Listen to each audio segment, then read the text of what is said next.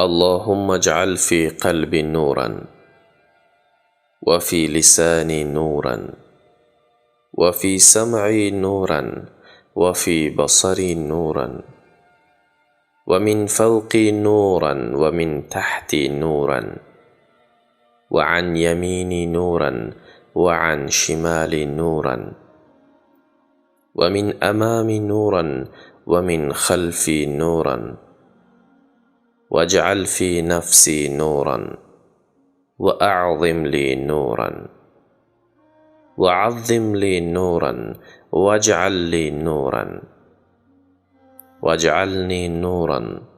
اللهم أعطني نورا، واجعل في عصبي نورا، وفي لحمي نورا، وفي دمي نورا، وفي شعري نورا، وفي بشري نورا.